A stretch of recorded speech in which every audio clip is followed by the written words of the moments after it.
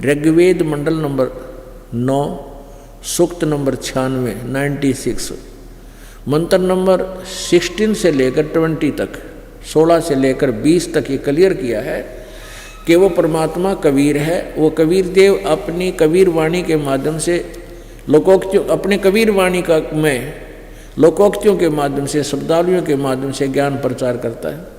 उनके द्वारा जिस कारण से वो एक प्रसिद्ध कवि की उपाधि प्राप्त करता है और वो तीसरे मुक्ति धाम में रहता है, वो पूर्ण परमात्मा है।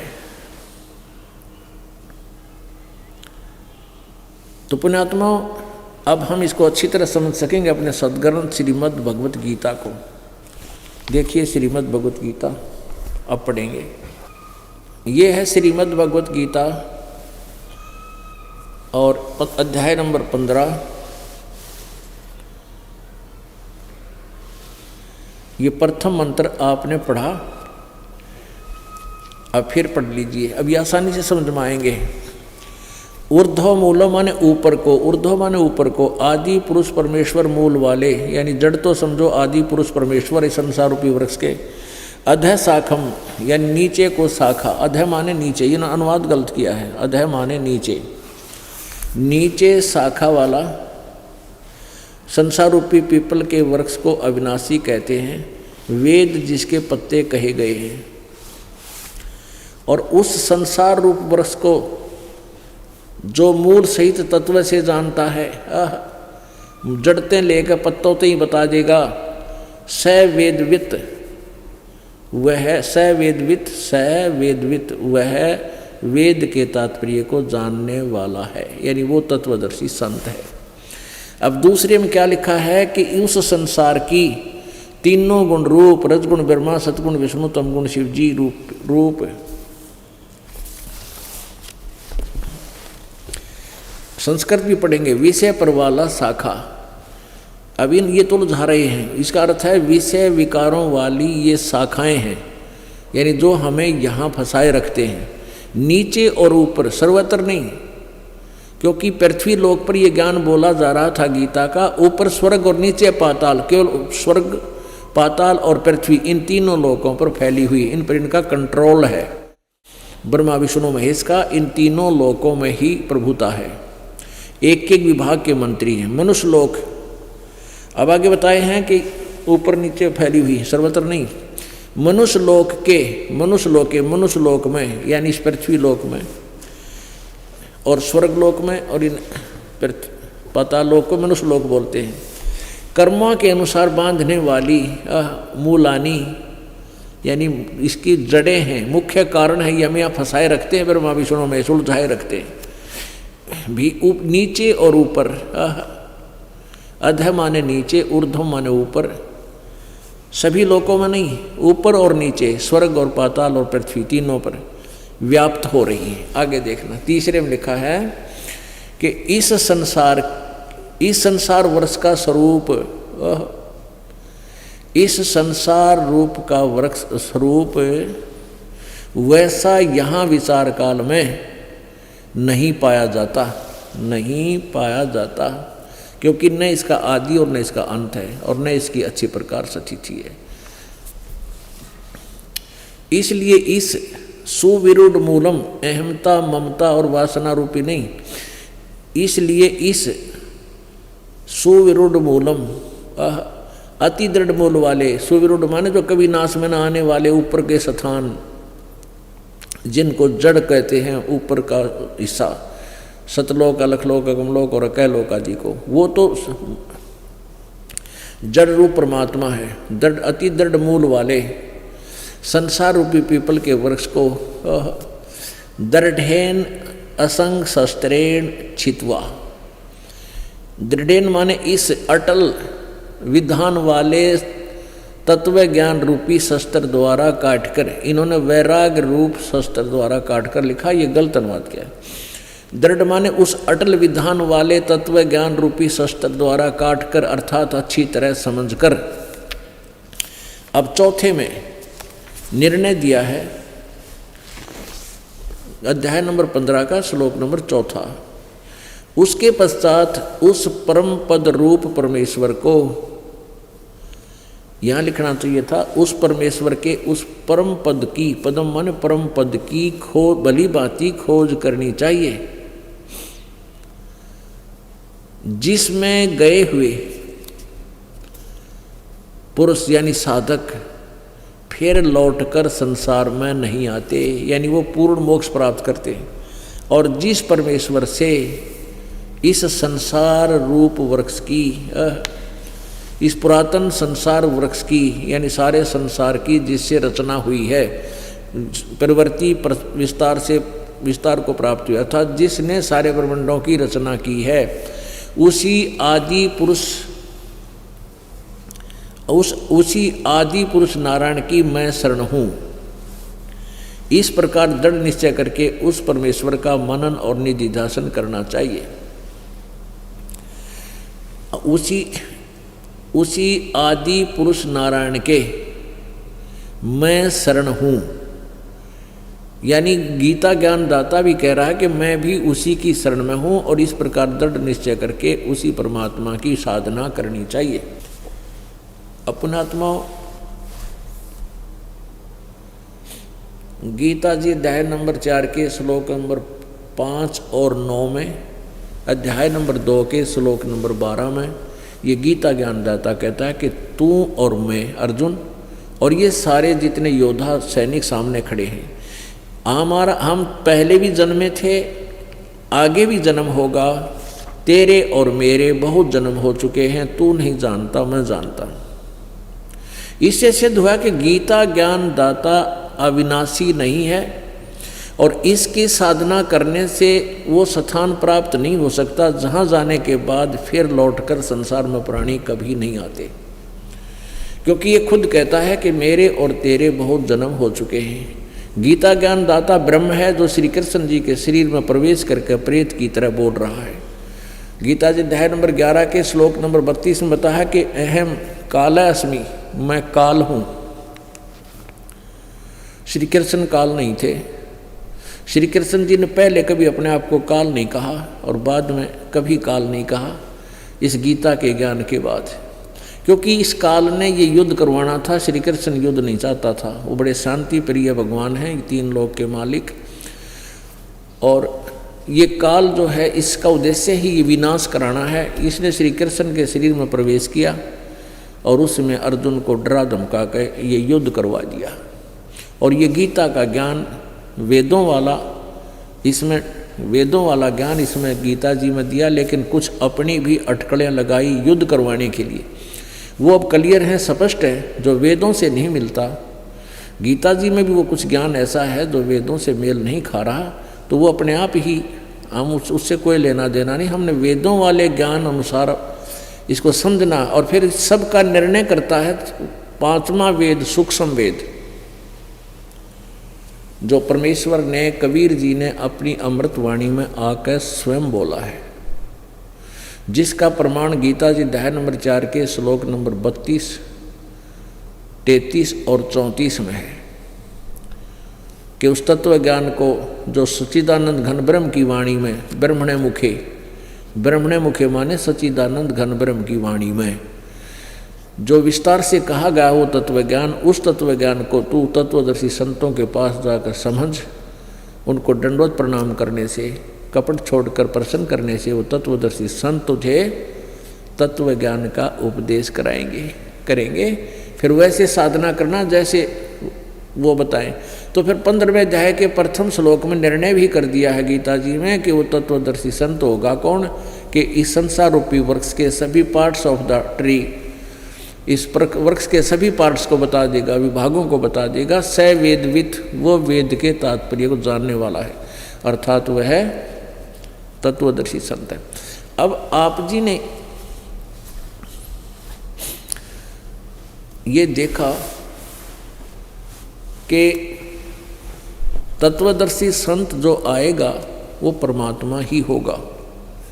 ये प्रमाण हमने लेना है कि तत्वदर्शी संत, गीता जी के अंदर बहुत ज्ञान दिया है, लेकिन फिर भी ऑप्शन छोड़ दिया है कि ये गीता वाला ज्ञान कंप्लीट नहीं है। यहाँ विचार काल में, यानी तेरे मेरे गीता जी के डिस्कशन में मैं इस कंसेप्ट को अच्छी तरह क्लियर नहीं कर सकता, क्योंकि मुझे आदि और अंत से गीता ज्ञानदाता कहता मैं परिचित नहीं हूं। इसलिए उसने ऑप्शन छोड़ दिया कि उस तत्व ज्ञान को तू जो गीता जी से भी बाहर का है, तत्वदर्शी संतों के पास जाकर समझ। तो वो तत्वदर्शी कैसे हैं वो भी बता दिया कि वो तत्वदर्शी संत ऐसा होगा और वो परमात्मा ही स्वयं आते हैं। ये प्रमाण और करना पड़ेगा। परमेश्वर ने स्वयं आकर बताई, स्वयं वो परमात्मा जो बनारस में आए थे, काशी में आए थे, जुलाहा की भूमि की थी, वो पूर्ण परमात्मा है। वो परमात्मा है जो ऊपर तीसरे धाम में रहते हैं और वहाँ से चलकर गति करके यहाँ आते हैं। अपनात्मा परमात्मा की भक्ति करना बहुत आसान है। ये विश्वास होना कि हम जो साधना कर रहे हैं, जो पहले कर रहे थे, वो ठीक है या गलत है, ये विश्वास करना, ये निर्णय करना, ये कठिन हो गया था अपने लिए। अब इस दास का प्रथम प्रयत्न यही होगा कि आप जी को ये विश्वास दिला दूं कि जो साधना ये दास बता रहा है आप जी को, ये अपने सदग्रंथों अनुसार है। और जो ये ज्ञान दास आपको बता रहा है, जो परमेश्वर ने 600 वर्ष पहले अपनी सिंपल लैंग्वेज में, एक साधारण भाषा में, लोकोक्तियों के माध्यम से समझा कर, दोहों के माध्यम से, चौपाइयों के माध्यम से लिपिबद्ध करवाया था, बोला था, उसका समर्थन आज चारों वेद भी कर रहे हैं जिनको हम सत्य मानते थे। और उसी का समर्थन जो परमात्मा ने ज्ञान दिया था, उसी का समर्थन हमारे पुराण कर रहे हैं जिनको हम सत्य मानते हैं। तो जो पुराणों में लिखा था वो ज्ञान हम तक नहीं पहुंचा, और जिनको हम गुरु मानते थे, संत मानते थे, ब्राह्मण मानते थे, वो वास्तव में ब्राह्मण नहीं थे, वो वास्तव में गुरु ऋषि महर्षि नहीं थे, क्योंकि वो तत्व ज्ञान से और सदग्रंथों से अपरिचित थे। उन्होंने केवल अपना शास्त्र विधि विरुद्ध जो अनुभव किया, उस अनुभव को ही हमें सुनाया और समझाया। तो वो साधना हमारी जो उन्होंने बताई वो शास्त्र विरुद्ध थी, जिस कारण से हम आज तक भ्रम भटक रहे हैं। हमारे पूर्वज कोई पशु बन गया, कोई पक्षी, कोई भूत, कोई पितर, ये उन्हीं की देन है उस गलत ज्ञान की, शास्त्र विरुद्ध साधना की। तो भक्ति करना कठिन नहीं है। ये दृढ़ होना कि हम जो साधना कर रहे हैं फाइनल है और सही है, तो फिर परमात्मा का पाना बहुत आसान है। क्योंकि ये साधना इतनी सिंपल है, गरीब से लेकर अमीर तक, रंक से लेकर राजा तक कोई भी कर सकता है, सभी का उद्धार होगा। इसमें ना कोई ज़्यादा लोग दिखावा करने की, परमात्मा ने जो भी आपके प्रारब्ध में दिया है उसी पर सब्र करा। यानी जैसी भी आपकी झोंपड़ी है, कोई मकान 1 कमरे वाला है, 2 वाला है, कच्चा है या पक्का है, इसमें घनी दौड़ धूप नहीं बनावा है कि हे भगवान मैं करोड़पति हो जाऊं। इन करोड़पतियों की दुर्गति होती दिखाऊंगा आपने। जिसके पास घनी माया उसने कति चैन नहीं, दिन और रात चैन नहीं, वो तो पागल की तरह भटकता रहता है। लेकिन हम अनजान जीव हैं, हम इस झूठे रंग में ज़्यादा विश्वास करते हैं। परमात्मा हमें बताते हैं कि कबीर सब जग निर्धना धनवंता नी कोई, धनवंता सो जानिए जिस पर राम नाम धन होए। यदि आप जी के पास राम नाम का, सच्चे नाम की भक्ति का धन है, तो आप परमात्मा के दरबार में धनी हो। और जिसको आप धनी समझते हो, संसारिक संपत्ति जिसके पास भौतिक सुख है और उसके पास राम नाम नहीं है, ये सत भक्ति नहीं है, तो भगवान के दरबार में आप तो सिंहासन पर होगे और वो वहाँ बांध कर खड़ा कर रखा होगा एक अपराधियों की तरह, आप देखोगे। ये विचार याद रखना इस दास के वचन, क्योंकि परमात्मा का दिया हुआ ज्ञान है। हाँ, यदि उस धनी भी और राजा भी सत साधना करता है मर्यादा में रहकर, फिर दोनों ही आप राम नाम के धनी भगवान के दरबार में होगे। तो परमात्मा कहते हैं कबीरा सब जग निर्धना धनवंता नहीं कोय, धनवंता सो जानिए जिस पर राम नाम धन होए। तो परमात्मा हमें आकर ये शिक्षा देना चाहते थे। स्वयं एक गरीब बिल्कुल पुअर पर्सन कति निर्धन व्यक्ति का रोल किया, कपड़ा बुनते थे, उसकी बुनाई का जो मिलती थी दिहाड़ी, बुनाई का जो मेहनताना मिलता था, उस मेहनताने से अपना गुजारा करते थे और उसमें से भी दान किया करते थे। तो हमें यही सिखाना चाहते हैं, यदि तूने परमात्मा पाना है तो परमात्मा विश्वास रख और सत साधना कर, गुरु मर्यादा में रहे और माया संचन मत कर, संग्रह मत कर, या बहुत बुरी है जोड़ी हुई, या चैन दिन रात नहीं होने देगी। फिर तू भक्ति सत भक्ति कर रहा है, जब आप पर कोई ऐसी समस्या आवेगी फिर देखियो परमात्मा कैसे आपके ऊपर धन की वर्षा कर देगा। जैसे नरसिंह भगत ने परमात्मा की आज्ञा माल पालन करके साधना की थी, सारी संपत्ति को दान कर दिया था जो जोड़ रखी थी। 56 करोड़ संपत्ति थी उस समय उसकी, आज तो 56 खरब समझ लो, इतनी संपत्ति थी, और उस सब को दान धर्म कर दिया। और फिर समय आया बेटी द्योती का भात भरने के लिए जब पहुंचा, वहाँ परमात्मा ने वर्षा कर दी थी धन की, सोने और चांदी और सिक्कों की, नो पूरे उस नगर में। पुण्यात्मा, हम नरसिंह जी की कथा तो सुना करते थे और इस बात को सोचते थे परमात्मा ऐसा कर सकता है, लेकिन हमारे ऊपर कभी नहीं हुआ, क्योंकि हमने नरसिंह जैसा सैक्रिफाइस नहीं किया। हम उस जितना जब समर्पित हो जाएंगे फिर आपका रोज वर्षा कर दे मालिक, रोज आपने पता नहीं क्या कर देता था। लेकिन इतना विश्वास होने, आपका इतना विश्वास हो, उसके लिए प्रयत्न किया जा रहा है कि ये परमात्मा है, ये पूर्ण ब्रह्म है, ये ऐसी ऐसी लीला करता है। जो हमारे सदग्रंथ बताते हैं वही भगवान बनारस में काशी में आया था, जिसने आज से 600 वर्ष पहले वो लीला की थी जो आज वेद गवाही दे रहे। वेद क्या बता रहे हैं कि वो परमात्मा उपदेश करने की इच्छा से, यानी यथार्थ ज्ञान बताने के लिए सतलोक से अपने उस लोक से चलकर गति करके नीचे आता है। अपनी प्यारी आत्माओं को, श्रेष्ठ आत्माओं को, जो अच्छी आत्माएं हैं उनको मिलता है। ऐसे मिलता है जैसे बिजली विद्युत अपने जिस पर गिर सकती है उन्हीं पर गिरती है।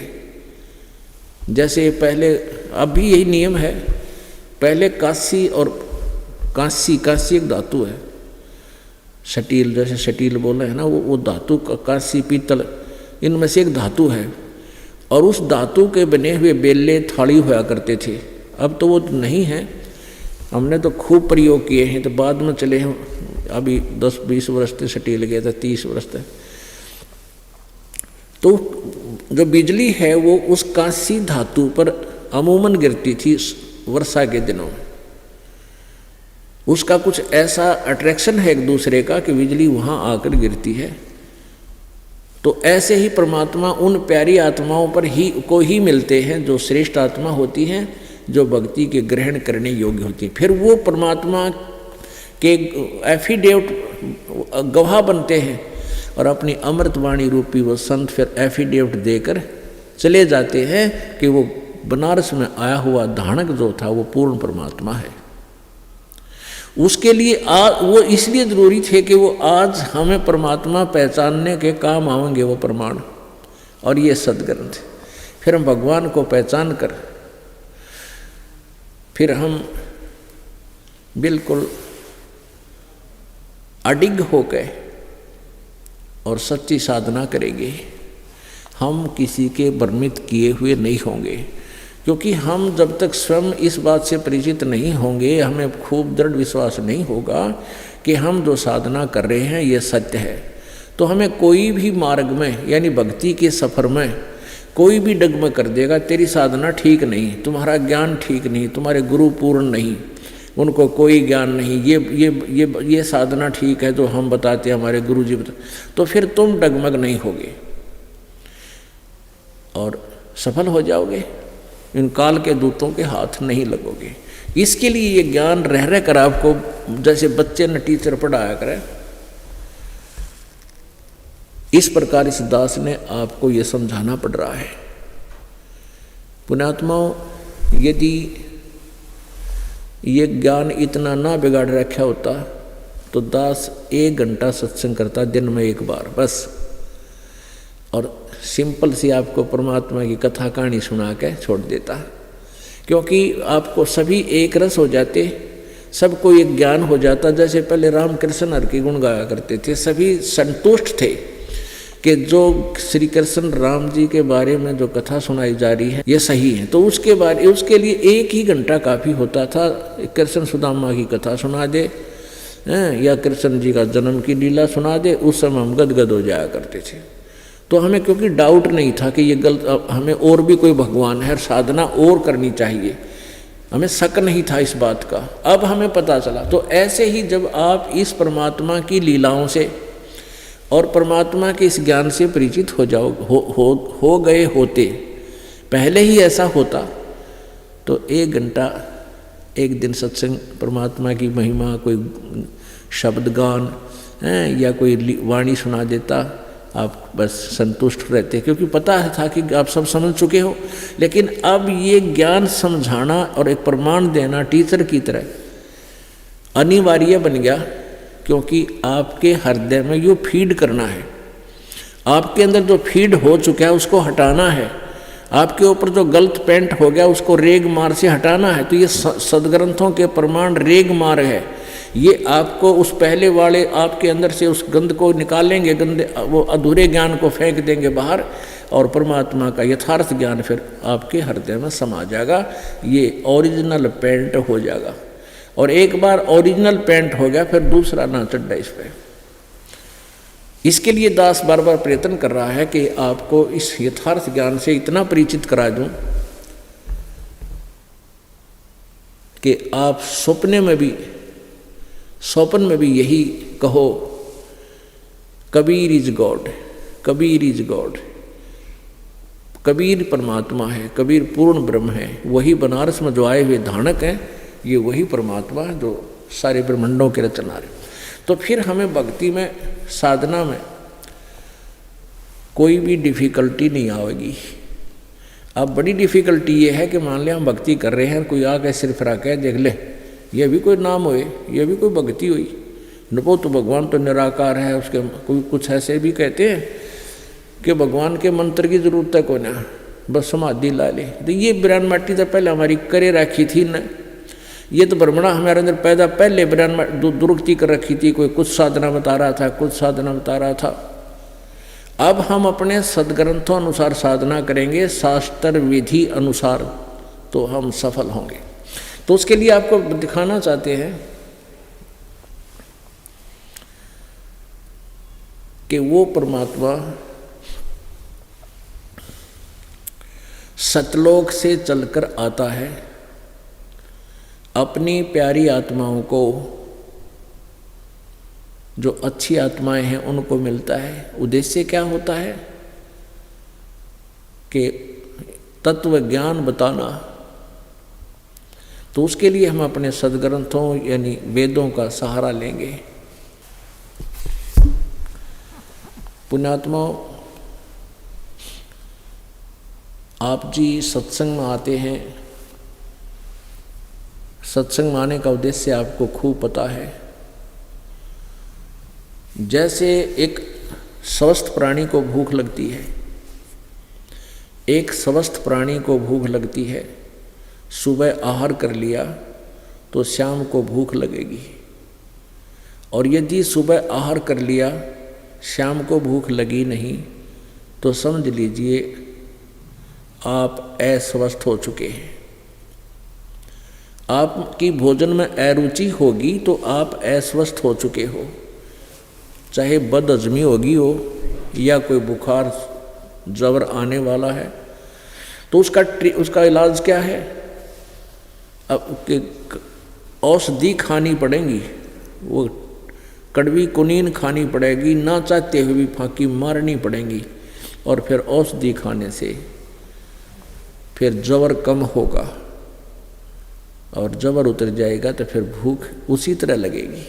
तो आप जी पहले आए, सत्संग सुना, 10-15 दिन में फिर आए हो, फिर भी सत्संग सुनने आए हो, तो जो खाना मान लीजिए कुछ आहार, जैसे हम सुबह रोटी खाते हैं तो रोटी अन्न तो वही होता है, सब्जी में परिवर्तन थोड़ा बहुत हो सकता है, और जब सही भूख लाग रही हो सुबह भी रोटी मिल जाए और शाम में भी रोटी, सब्जी की आवश्यकता है ना समझे।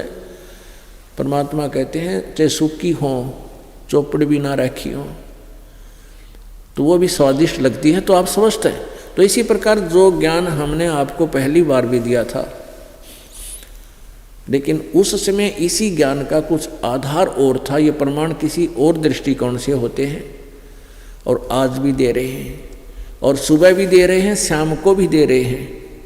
और आपके मन में अगर ये आता है कि गुरुजी ने पिछली बार भी यही ज्ञान सुनाया था और आज भी वही ज्ञान सुनाया है, तो आपको अरुचि होगी भगवान में, आपके अंतःकरण में कोई दोष आ चुका है, आपके जो है ना ये आप अस्वस्थ होगी भक्ति आपकी। तो ये मन में आना भी गलत है, क्योंकि हमने परमात्मा का गुणगान सुनना है। सत्संग का उद्देश्य, हमारे कुछ ऐसे पाप हैं जो सत्संग सुनने मात्र से ही इकट्ठा करते हैं, ये ज्ञान यज्ञ है, तो ये भी उद्देश्य रहना चाहिए। और परमात्मा की महिमा दिन में 100 बार चले, कितनी बार सुन लिया उतनी अच्छी लगनी चाहिए। तो आपकी भक्ति ठीक चल रही है, आपका नाम स्वस्थ है, आपकी भक्ति दुरुस्त है, नहीं तो गड़बड़ हो ली। तो उसके लिए उसका समाधान क्या है कि ना चावे मन, ना चाण दे मन तरागनी सुनना चाहे, घुट्टी लाना चाहे, अरीब चर्चा कर दे किसी बकवाद की, फलाना का न्यू हो गया और फलाना न्यू हो रहा था, सारा दिन बतला लेगा, कति अरुचि को ना 6 बजे चर्चा कर ले दिन में, उसकी कति राजी होकर सुने। तो इस मन को भी हमने सेट करना है, तो उसका ट्रीटमेंट यही है। जैसे कुनीन कोई खाकर राजी को ना, लेकिन खानी पड़ेगी, अरुचि में भी खानी पड़ेगी। तो इस परमात्मा का सत्संग जो है, ये वचन है, अगर आपको अरुचि होती है तो ये सुनता ही रहे, ध्यान से सुने, और ये कड़वी दवाई फिर दोबारा सेट कर देगी आपको, फिर रुचि हो जाएगी, 10 मिनट में देख लेना। तो इस प्रकार हमने अपने इस मन पापी, इस दुष्ट को रोकना है, भक्ति मार्ग में लगाए रखना है, और भक्ति की कमाई से ही ये हमारे काबू आओगा। ना तेरे सी मुनियों के बकल तार दिए इसने, एक बार तब पता नहीं कि कठिन और उल्टी साधना की तय करवा ले, कति कर लेगा प्रसन्न हो करके। ऋषि लोग गुफाओं में चले जाते, जंगल में चले जाते, समाधिस्थ हो जाते, बैठे रहते, कोई दिनों तक भूखे प्यासे, तो वो मन करवावा था, और फिर उनसे उनको बना लेता सिद्धि युक्त। उन सिद्धियों से फिर वो एक दूसरे पर करके उठपटांग, और फिर महर्षि पाक का बैठ जाते, दुनिया पूजा करने लग जाती। आप भी गधे बनते और अनुयायियों को भी दुर्गति करवा देती, काल के जाल में रख देते। आप देख रहे हो कावड़ लेने जाया करें, कावड़ विशेषकर हरियाणा में ज़्यादा परंपरा होगी इसकी। वो कावड़ के है हरिद्वार ते गंगा का पानी लावे, 2 लीटर होगा घना, और पैदल जा या पैदल आवे, कई ऐसे हैं वैसे चले जाते हैं गाड़ियों में, वापस पैदल आते हैं, या जाते भी पैदल हैं आते भी पैदल हैं, फुट पर। अच्छा, और कितना कठिन काम है, पाया में छाले पड़ जाए, सूज जाए, कति सोई आ जाती है, और गोली खा ले, ये पीड़ा नाशक हैं, वो गोलियां खा खा के फिर भी चलते रहते हैं, और उस काम को करके छोड़ दें, क्योंकि उनको पता ही इतना है। जब उनको ये पता चल जाएगा कि ये साधना कितनी सिंपल है, नाम उठत नाम बैठत नाम सोत जागवे, नाम खाते नाम पीते नाम से ती लागवे, अपना काम भी करे, भक्ति भी करता रहे, चलता फिरता बैठ के, तो इसमें रुचि ना बनती इसकी। तो इसका मन ने डले ढुआणत मतलब है, ये चाहता है कि ये प्राणी उल्टी साधना करे, काल के जाल में फंसा रहे, और ये काल का दूत है। आत्मा परमात्मा पूर्ण ब्रह्म की अंश है, आत्मा को यहाँ से निकालने के लिए परमात्मा आते हैं और ये ज्ञान समझाते हैं। अब आपको दिखाते हैं ऋग्वेद मंडल नंबर 9 सूक्त नंबर 86 मंत्र नंबर 26 और 27। ये 9 और 10 मंडल अनुवादित है, इसमें इकट्ठा ही जल्द है। ये कहाँ से प्रकाशित है? सार्वदेशिक आर्य प्रतिनिधि सभा, महर्षि सिद्धांत भवन, रामलीला मैदान, नई दिल्ली। मुद्रक हैं Prince of set printers, 1510 Pataudi house, Daryaganj, नई दिल्ली। महर्षि दान सरस्वती कृत इसका अनुवाद, बाकी ये किसी और ने किया है। ये तो इसलिए लिख देते थे इसका नाम कि इसके नाम पर ये बिक जाया करते, बेचा करते ये लोग। ये जो यहाँ पर इन्होंने अनुवादक गलत लिखा है, क्योंकि महर्षि दानंद जी ने एक यजुर्वेद पूरा, ऋग्वेद का केवल मंडल 1 से लेकर 6 तक अनुवाद किया था, फिर इनकी मृत्यु हो गई थी। अब उसके बाद ऋग्वेद के मंडल नंबर 7 से लेकर 9-10 तक किसी और ने अनुवाद किया और उसने बहुत कुछ ठीक किया है। और दयानंद ने तो बट्ठा बैठा रखा था अनुवाद का भी, एंड बैंड बिरनी के हे मनुष्य हे लोगो, मनुष्य और लोग कहीं दो हो जाते हैं। मतलब अपनी उस अज्ञान सोच को, सत्यार प्रकाश वाली सोच को कि परमात्मा निराकार है और वेद बताते हैं वो साकार है, मनुष्य सदृश्य है और मनुष्य की तरह यहाँ आता है, मनुष्य के समान लीला करता है, एक जीवन ऐसा जीता है, ये वेद बताते हैं। तो इसलिए उसका उद्देश्य अपने उस अज्ञान को ही वेदों में सिद्ध करने के लिए अनुवादों को गलत किया। लेकिन ये कुछ मालिक की दया थी, वो थोड़ा जल्दी मर गया, न तो सारा नाश करके जाओ अनुवाद का। इब दास कोई अनुवाद करके आपने दिखावे तो आप कति नहीं मानन, आप तो मान लो लेकिन वो नकली ना मानने दो। न्यों के रामपाल शिक्षित कोई ना, संस्कृत ना जानता, ये के जाने वेदों के अनुवाद गलत करे हैं, तो आपका भी बात गड़बड़ी में रह जाती। तो परमात्मा ने इन संस्कृत के जानने वालों से ही कुछ सद्बुद्धि देकर एक आदि पुण्यात्मा को यो ठीक सा अनुवाद करवा दिया। और जब आपको ये यकीन हो जाएगा कि ये जो इतना ठीक है, तो जो संत जी गुरु जी बताएंगे वो सारा ही सच्चा पाओगा। क्योंकि ये जो अनुवाद आपको दिखाए तो बहुत बाद में दिखा रहा है दास, पहले वर्बली बताया करता था, 10 वर्ष से लगातार बताता आ रहा था कि परमात्मा, और वो कबीर परमेश्वर ने 600 वर्ष पहले ही बता रखा था। जिनको परमात्मा का साक्षात्कार हुआ, परमात्मा प्राप्ति हुई, उन महापुरुषों ने अपनी अमृतवाणी में यही प्रमाण दिया हुआ था, जो आज इसको वेद प्रमाणित कर रहे हैं। तो इससे हम परमात्मा को पहचान जाएंगे, बस इतना। और भगवान को पहचाने पाछे उसमें रुचि होगी। एक लाल होता है, एक मेरे ख्याल में 250 ग्राम का एक कंचा सा होता है वो, और जब उसको किसी अनजान व्यक्ति ने कहा कि 2 करोड़ रुपया का, कोई ना छुआ उसने, पटक एक लो है। और जब ये विश्वास हो जाएगा सचमुच 2 का कोई तो 10 करोड़ का है, तो पट भीतर लीजिए में डालेंगे उसने तुरंत इसमें कि देखो और देख ले। तो ये दास आपको ये पहचान कराना चाहता है कि कबीर इज गॉड, और ये वो परमात्मा जो बनारस में आपने कि एक दुल्हा सा दिखा था, ये मालिक थे, पूर्ण परमात्मा थे। इसकी महिमा वेदों में लिखी हुई है कि वो परमात्मा ऐसे आता है, ऐसे लीला करता है। यहाँ देखिए वो सहशरीर आते हैं।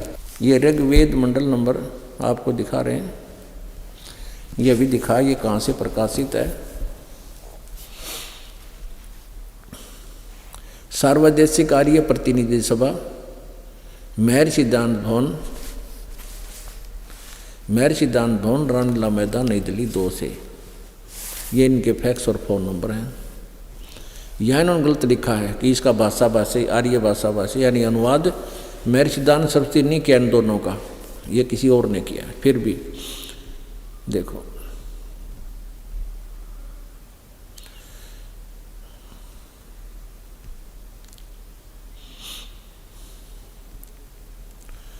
इसके मुद्रक हैं Prince of set printers, 1510 Pataudi house, Daryaganj, नई दिल्ली। ये इनके फ़ोन फैक्स नंबर है। इसमें हम आपको ले चलते हैं ऋग्वेद मंडल नंबर 9 सूक्त नंबर 86 में।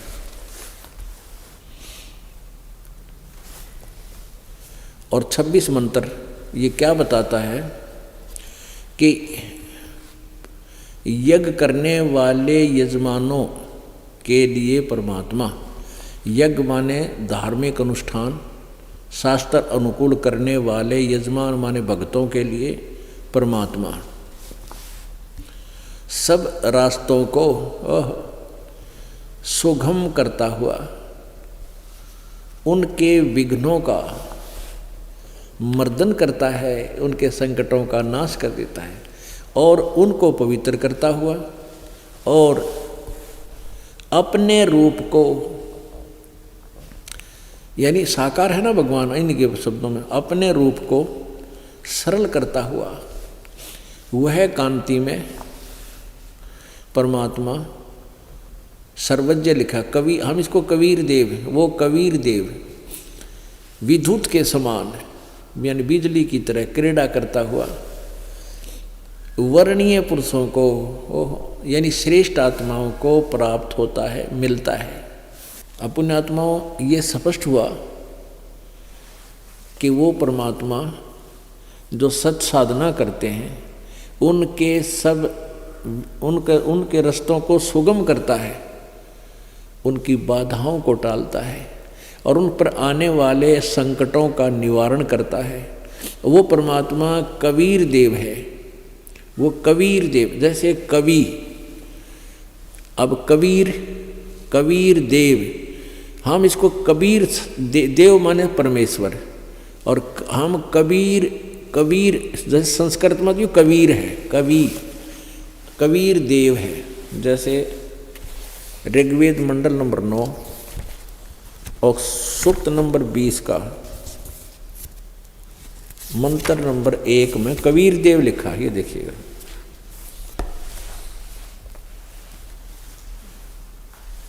ऋग्वेद मंडल नंबर 9 और सूक्त नंबर 20, इसका मंत्र नंबर 1 आपको दिखाते हैं। इसमें स्पष्ट है, ये लिखा पर कबीर देव, यो कबीर देव है। देव माने परमेश्वर और कबीर, ये कबीर को कवि कहते हैं। हम कबीर देव सीधा लेने लगे कबीर देव, क्योंकि वो कवि कहलाता है। अपनी ज्ञान को लोकोक्तियों के माध्यम के बोलने से वो कवि कहलाता है परमात्मा। यो कबीर देव नाम उस भगवान का, कबीर देव। तो यो हम इसको कबीर, हम वै को वै बोलते हैं, वेदों को वेद बोलते हैं अपने लोकल लैंग्वेज में। तो कबीर देव, हम इसको कबीर साहब कहने लगे। साहब को चाहे देव को हो, भगवान को हो, गॉड को हो, तो हम इसको कबीर देव, यानी ये चाहे संस्कृत के ज्ञाता इसको कवि बना दें तो कवि, वो कवि तो कवि हम फिर भी कहना पड़ेगा। वो तो लोकोक्तियों के माध्यम से कवि रूप में प्रकट होता है जो भगवान, जो यहाँ कविताओं के माध्यम से, अपनी लोकोक्तियों के माध्यम से उस यथार्थ ज्ञान को जो प्रचार करता है, वो परमात्मा, उसका नाम ही कबीर साहब है। हम उसको कबीर साहब बोलते हैं। तो संस्कृत में वेद उसको कबीर देव कहते हैं कि वो कवि साहब ये कवि साहब मान लें, जो ज़्यादा एंड करते हैं संस्कृत में। व्याकरण ऐसे है, व्याकरण नहीं जानता, व्याकरण क्या कर लेगी इसमें। अब तुम कवि कह, हम कबीर साहब कहें, तुम कवि साहब कह दो।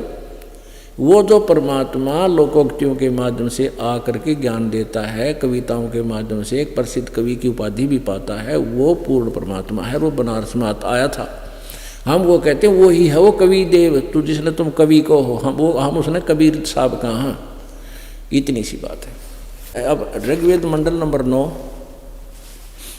देखिएगा। ऋग्वेद मंडल नंबर 9 सूक्त नंबर 86 का मंत्र नंबर 26 आपने पढ़ लिया।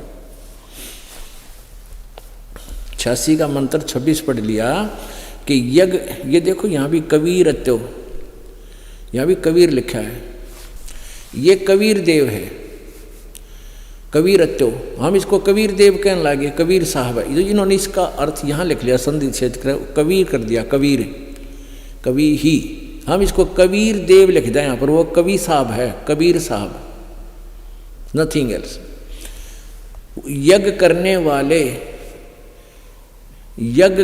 वाले यानी धार्मिक अनुष्ठान करने वाले यजमान माने भक्तों के लिए परमात्मा सब रास्तों को सुगम करता हुआ, यानी उनके सब दुखों का उनके रास्ते खोल देता है भक्ति के, उनके विघ्नों को यानी संकटों को मर्दन करता है, सत्साधना करते हैं उनकी, और उनको पवित्र करता हुआ, और अपने रूप को, परमात्मा साकार है, अपने रूप को, क्योंकि सतलोक में उसका रूप बहुत तेजों में है, एक रोमकूप में करोड़ सूर्य करोड़ चंद्रमा मिला दी, इतना तेज है उनका, लेकिन उसको हल्का तेज पुंज का बनाकर, तेज पुंज अलग से रूप बना के, हल्का रूप बनाकर अपने रूप को सरल करता हुआ, यानी हल्का तेज पुंज का रूप बनाकर वह कांति में परमात्मा, वो कबीर देव, कबीर यो कवि लिखे ना, हम इसको कबीर देव कहें, वो कबीर देव विद्युत के समान क्रीड़ा करता हुआ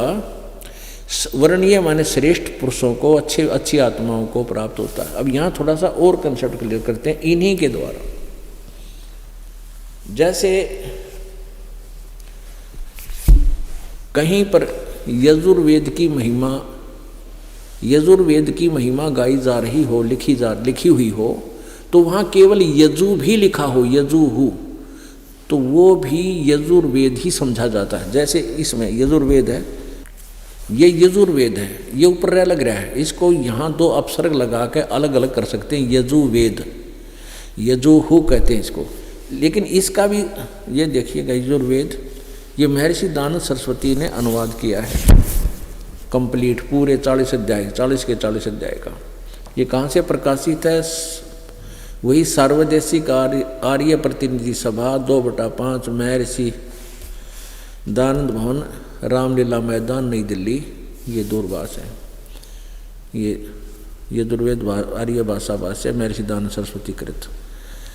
मुद्रक है Prince offset printers, 1510 Pataudi house, Daryaganj, नई दिल्ली से।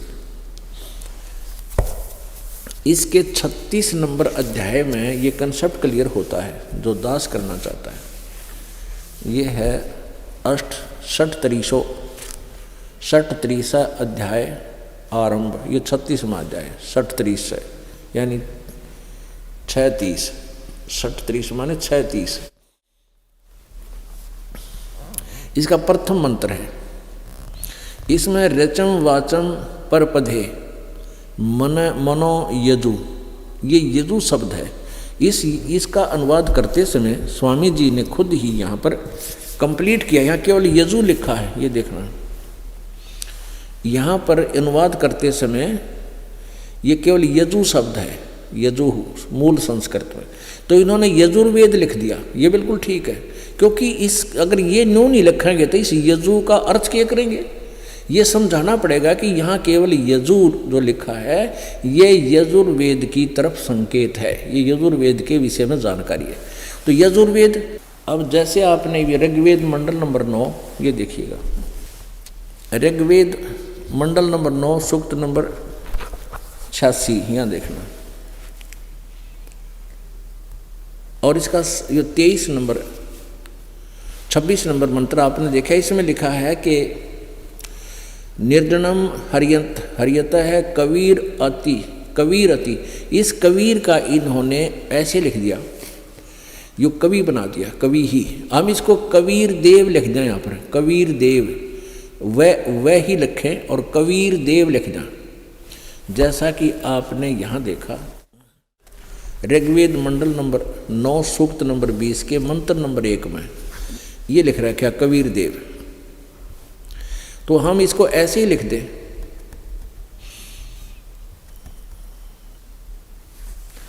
ये कबीर देव है।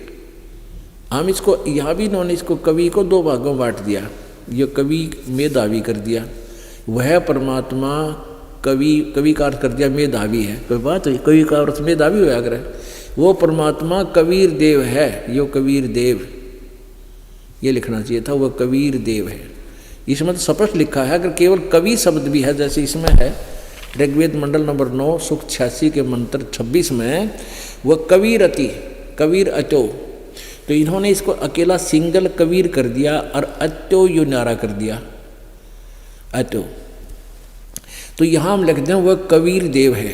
अब देखना, यज्ञ करने वाले यानी धार्मिक अनुष्ठान करने वाले भक्तों के लिए, यजमानों माने भक्तों के लिए परमात्मा सब रास्तों को सुगम करता हुआ उनके विघ्नों को मर्दन करता है, सारे संकट निवारण कर देता है, न खत्म कर देता है, और उनको पवित्र करता हुआ और अपने रूप को सरल करता हुआ वह कांति में परमात्मा कबीर देव, हम यहाँ लिखते हैं कबीर देव, जैसे यजुर्वेद लिखा यजु के स्थान या यजु था उन्हें यजुर्वेद लिखना पड़ा, ऐसे कबीर देव विद्युत के समान क्रीड़ा करता हुआ वर्णीय पुरुषों को, श्रेष्ठ आत्माओं को, अच्छी आत्माओं को प्राप्त होता है, मिलता है। कहाँ रहता है वो? 27 में लिखा है, गणना नहीं यहीं से पढ़े, जो परमात्मा ध्यूलोक के, ये प्रकाश पुंज परमात्मा यानी तेज पुंज का भगवान है वो, तेज पुंज कहो चाहे प्रकाश पुंज कहो, जो परमात्मा ध्यूलोक के तीसरे पृष्ठ पर विराजमान है, जो वहाँ रहता है तीसरे पृष्ठ पर, वहाँ से चल कर आकर मिलता है, प्रकाश रूप है। अब इसका कंसेप्ट क्लियर होगा अब आपको। ऋग्वेद मंडल नंबर 9 सूक्त नंबर 82 में, ये है 82 नंबर, ऋग्वेद मंडल नंबर 9 सूक्त 82 82, ये यहाँ से प्रारंभ होता है, यहाँ से 21वां सूक्त समाप्त हुआ, ये 82वां यहाँ प्रारंभ होता है। इसका प्रथम मंत्र इसमें क्या लिखा है? जो सर्वोत्पादक प्रभु, सबका उत्पन्न करने वाला परमात्मा, प्रकाश रूप यानी तेजों में श्रेय युक्त है, सद्गुणों की वृष्टि करने वाला, पापों का हरण करने वाला, वह राजेव राजेव राजा के समान, राजा के समान दर्शनीय है, दर्शनीय माने देखने जोगा यानी साकार है, और वह पृथ्वी आदि लोक लोकांतरों के चारों ओर शब्दमान हो रहा है। वह वर्णीय पुरुषों को जो दृढ़ भक्त हैं उसको पवित्र करता हुआ प्राप्त होता है, यानी उनको वो देखने जोगा है, साकार है, हमने इसे यहाँ सिद्ध करता है। और वह वर्णीय पुरुष जो कि दृढ़ भक्त हैं, जो सच्चे भक्त हैं, डगमग नहीं होंगे उनकी ज्ञान को सुनकर, उसको पवित्र करता हुआ उनको मिलता है, प्राप्त होता है। जिस प्रकार विद्युत स्नेह वाले स्थानों को प्राप्त आधार बनाकर प्राप्त होता है, यानी जैसे आकाशीय बिजली कांसी के पात्र पर ही गिरती है, इस प्रकार उन अच्छी आत्माओं पर ही वो परमात्मा अचानक आता है। अब दूसरा मंत्र,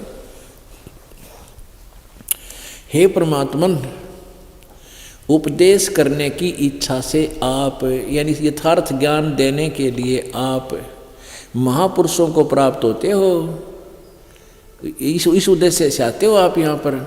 आप अत्यंत गतिशील पदार्थ के समान हमारे अध्यात्म यज्ञ को प्राप्त होते हो, यानी बहुत तेज चल कर, यानी बहुत स्पीडता आते हो, गति से आते हो। आप सर्वज्ञ हैं, यूँ कर दिया काम। यहाँ लिखा है कवि वेदस्या, इस आप कवि हैं, यहाँ लिखा आप, ये इसका अर्थ कर दिया कबीर वेदस्या, ये लिखना था आप कबीर देव हैं, कबीर देव लिख दो, कोई बात ना, आप व्याकरण के चक्कर में बड़ा होता है, इसको कबीर देव हैं, यहाँ कबीर देव, हम उसको कबीर साहब कह देते हैं, कबीर देव, कबीर साहब, आप कबीर देव हैं, शुद्ध स्वरूप हैं, हमारे पापों को दूर करके हे अमर परमात्मा, सो माने हे अमर परमात्मा, आप हमको सुख दें।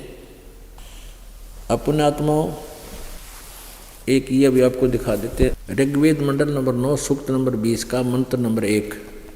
इसका ये देखो मंत्र नंबर 1, इसमें सब लिखा है कि पर कबीर देव, ये कबीर साहब, हे परमात्मा, वह परमात्मा कबीर देव है, ये सीधा लिख देना चाहिए। वह कबीर साहब है, कबीर साहब, वह परमात्मा कबीर देव है, मेधावी नहीं, सबका रक्षक, और सबका रक्षक है। यहाँ बीते यानी ये लिखा विद्वानों की तृप्ति के लिए, ये इन्हीं का अनुवाद हम पढ़ें। वह परमात्मा कबीर देव है, यह लिख लें, और सबका रक्षक है, विद्वानों की तृप्ति के लिए ज्ञान देता है। वह परमात्मा कबीर देव है और ज्ञान की, विद्वानों की तृप्ति के लिए वह ज्ञान देता है, वहाँ से चल कर आता है, सहनशील है और दुष्टों, संपूर्ण दुष्टों को संग्रामों में तिरस्कृत करता है। हमारा जो उद्देश्य आज के सत्संग का था वो ये है कि वो परमात्मा सतलोक से चलकर आता है, अपने यथार्थ ज्ञान को वो स्वयं ही बताता है, और अन्य जो संत ऋषिजन होते हैं काल प्रेरणा से वो पूरे ब्रह्मांड को, पूरे विश्व को शास्त्र विधि से विपरीत ज्ञान देकर उनके जीवन को नष्ट कर रहे होते हैं। और वो परमात्मा हमारा पिता है, हम सभी उसकी आत्माएं हैं, और वो परमेश्वर अपनी आत्माओं को इस काल के जाल से निकालकर, इस महाकष्ट में लोक से निकालकर सतलोक ले जाने के लिए आता है। काल भगवान का और परमेश्वर का एक अनुबंध है कि काल ने ये कहा था कि परमात्मा, जो प्राणी आपका ज्ञान सुने, आपके ज्ञान को सत्य माने और पूरा विश्वास करके आपके द्वारा बताए गए भक्ति मार्ग को ग्रहण कर लेगा, उसको मैं छोड़ दूंगा। और हे परमात्मा, जो आपका ज्ञान माने नहीं, हमारे ज्ञान को जो माने, तो वो हमारे पास रहना चाहिए, उसको आप मत ले जाना। तो परमात्मा ने इसीलिए आकर के ये ज्ञान आधार बनाया कि जो मेरे ज्ञान को स्वीकार कर लेगा उसको मैं काल से बाहर कर दूंगा, और यहाँ रहेगा जब तक उसको सारे सुख दूंगा, क्योंकि तो सर्व सुख संपन्न परमात्मा है। उसके हाथ में हमारी सब कलम है। हमारे प्रारब्ध में नहीं भी कोई वस्तु है वो लिख देगा, हमारे प्रारब्ध में कोई पाप ऐसा भयंकर है जो हमें हानि करने वाला, उसको काट देगा, कैंसिल कर देगा। तो परमात्मा की साधना अब तक जो हम कर रहे थे वो पूर्ण परमात्मा की नहीं थी, जिससे हमें कोई लाभ नहीं हो रहा था। साधनाएं भी करते थे, भक्ति भी करते थे, और कष्ट ज्यों का त्यों आ जाता था। तो इसलिए परमेश्वर ने स्वयं आकर के जिन पुण्य आत्माओं, वरिष्ठ आत्माओं, श्रेष्ठ आत्माओं को वो मिले, उनमें से उन महापुरुषों ने, में कौन कौन है? आदरणीय मलुकदास जी, आदरणीय धर्मदास साहिब जी, आदरणीय नानक साहिब जी, आदरणीय दादू साहिब जी, आदरणीय गरीबदास साहिब जी, छुडानी के अंदर, तो हरियाणा जिला में, हरियाणा प्रांत में, जिला झज्जर के अंदर एक छुडानी गांव है, वहाँ पर आदरणीय संत गरीबदास जी, और उत्तर प्रदेश के अंदर गांव खेखड़ा, मेरठ में, जिला मेरठ में गांव खेखड़ा में आदरणीय गीसा साहिब जी को, इन श्रेष्ठ आत्माओं को परमात्मा सतलोक से चलकर तेज गति से आकर के उनको मिले, उन श्रेष्ठ आत्माओं को। उन्होंने फिर बताया कि तुम कौन राम का जब तेजापम, गरीबदास जी ने कहा है, और तात कटे न ये तीनों तापम। इसलिए तुम्हारे प्रारब्ध में जो लिखे हुए हैं वो दुख, और साथ में जो अन्य को जंतर मंत्र, छू मंत्र, कोई देव रुष्ट हो जाना, कोई पितर रुष्ट हो जाना, और जो साधनाएं तुम कर रहे हो उनसे वो भी ना ठीक होते। इसलिए तुम कौन राम का जाप कर रहे हो, तुम किस भगवान की भक्ति कर रहे हो जिसे तुम्हारे संकट भी निवारण नहीं होते। उसके लिए फिर पता है कि समर्थ का शरणागह हो रंग होरी हो, और कदे ना हो अकाज राम रंग होरी हो। समर्थ माने उस परम अक्षर ब्रह्म का शरण लो परम संत के माध्यम से, और फिर तुम्हारा कभी भी कोई अकाज नहीं होगा, आपकी कोई भी हानि नहीं होगी, आपका कोई ऐसा अकाज यानी आप